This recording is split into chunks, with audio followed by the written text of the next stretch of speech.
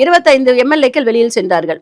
அப்போ ஒரு ஒரு டைம் கொடுத்து, இல்லை கட்சிக்கு திரும்ப வாங்க, மன்னிப்பு கேட்டு கடிதாசி கொடுத்து திரும்ப வந்துருங்கன்னு சொல்லி ஒரு ஒரு சுமூகமான ஒரு இது கொடுக்கப்பட்டது.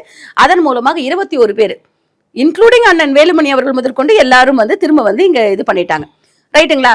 அப்படி இருக்கும் பொழுது 4 பேர் கட்சியிலிருந்து ராஜினாமா செய்தவர்கள் மீது நடவடிக்கை எடுக்கலாம். மிச்சம் எல்லாரையும் நீங்க இது மன்னிப்பு கொடுத்துருங்கன்னு சொல்லிட்டு கூட அந்த லெட்டரையும் கொடுத்தாச்சு சபாநாயகர் கிட்ட.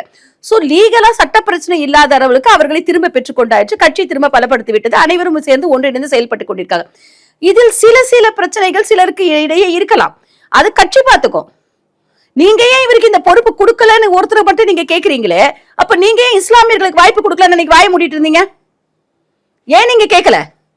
இஸ்லாமியருக்கு நீங்க கட்சியை பத்தி அவ்வளவு கவலைப்படக்கூடிய நீங்க 169 பேர்ல ஏங்க ஒரே ஒரு இஸ்லாமியர் கொடுத்துருக்கீங்கன்னு ஏன் கேட்கல அவருக்கு சவுக்கு சங்கர் அவர்கள்? இன்னைக்கு ஒரே ஒரு மாவட்ட செயலாளரை படுத்ததுக்காக அந்த மாவட்ட செயலாளர் பின்னணியில இருந்து தானே பேசுறாரு அவரு. எதற்காக அப்படி பேசிக் கொண்டிருக்கிறார்? அப்ப நான் என்ன சொல்றேன், ஒருத்தருடைய வார்த்தையில அது எவ்வளவு உண்மை இருக்கிறது என்று பாருங்கள். நீங்க ஒரு நேரத்துல நீங்க கனிமொழிக்கு சப்போர்ட் பண்ணுவீங்க, ஒரு நேரத்துல அதிமுக சப்போர்ட் பண்ணுவீங்க, ஒரு நேரத்துல ஜெயலலிதாவை தூத்தி வாரி குப்பையில அள்ளி போடுவீங்க, ஒரு நேரத்துல இப்ப எடப்பாடியை தூக்கி வச்சு கொண்டாடுனீங்க, திரும்ப அதே எடப்பாடியை தூக்கி போட்டு இது அவரை கேவலப்படுத்தக்கூடிய வேலையை செய்து கொண்டிருக்கிறீர்கள். அப்போ நீங்க நிமிடத்துக்கு நிமிடம் மாடுகின்றவர்கள் பச்சோந்திகளா, இல்ல அந்த பச்சோந்திகள் ஜனநாயக கட்சியை பத்தி பேசலாமா?